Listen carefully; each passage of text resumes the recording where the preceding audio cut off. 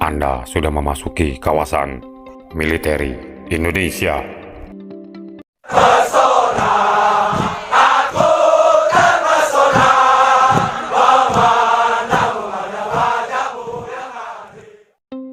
Kapal patroli adalah kapal angkatan laut yang relatif kecil yang umumnya dirancang untuk pertahanan pantai, perlindungan perbatasan, penegakan hukum imigrasi, tugas pencarian dan penyelamatan. Sudah banyak desain untuk kapal patroli. Mereka dapat dioperasikan oleh angkatan laut suatu negara, penjaga pantai, kepolisian atau bea cukai, dan mungkin ditujukan untuk lingkungan laut atau air biru, atau muara air hijau, atau sungai air coklat. Mereka biasanya ditemukan terlibat dalam berbagai peran perlindungan perbatasan, termasuk anti penyelundupan, anti pembajakan, patroli perikanan, dan penegakan hukum imigrasi. Mereka juga sering dipanggil untuk berpartisipasi dalam operasi penyelamatan. Alutsista yang satu ini memang tidak banyak disorot oleh para warga ataupun rakyat Indonesia.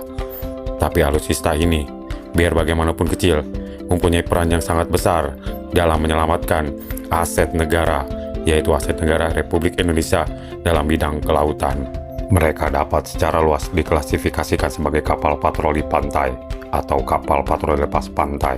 Mereka adalah kapal perang yang biasanya berukuran lebih kecil dari korvet dan dapat mencakup kapal serang cepat, kapal torpedo, dan kapal rudal. Meskipun beberapa berukuran sebesar fregat, kapal patroli lepas pantai biasanya merupakan kapal terkecil dalam armada angkatan laut yang besar. Kapal patroli pantai yang lebih kecil juga dikenal sebagai kapal patroli pantai atau kapal patroli pantai. Kapal patroli sungai digunakan untuk patroli wilayah sungai.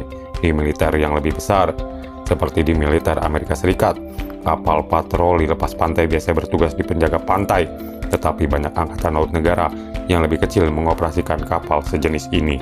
Bagian besar desain modern ditenagai oleh pengaturan turbin gas seperti codak, dan kecepatan umumnya berkisar antara 25 sampai 30 knot.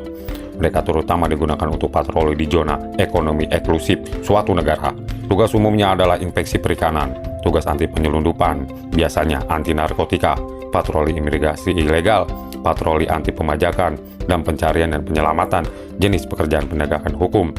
OPV terbesar mungkin juga memiliki dek penerbangan dan helikopter. Pada saat krisis atau perang, kapal-kapal ini diharapkan dapat mendukung kapal-kapal besar di angkatan laut.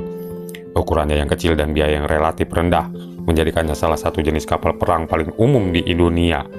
Hampir semua angkatan laut mengoperasikan setidaknya beberapa kapal patroli lepas pantai, terutama yang hanya memiliki kemampuan air hijau. Mereka berguna di laut yang lebih kecil, seperti Laut Utara serta di lautan terbuka. Kapal serupa untuk tugas militer eksklusif, termasuk kapal torpedo dan kapal rudal. Sekian dulu informasi dari channel Military Indonesia. Bravo Indonesia, Bravo the Army Military Indonesia.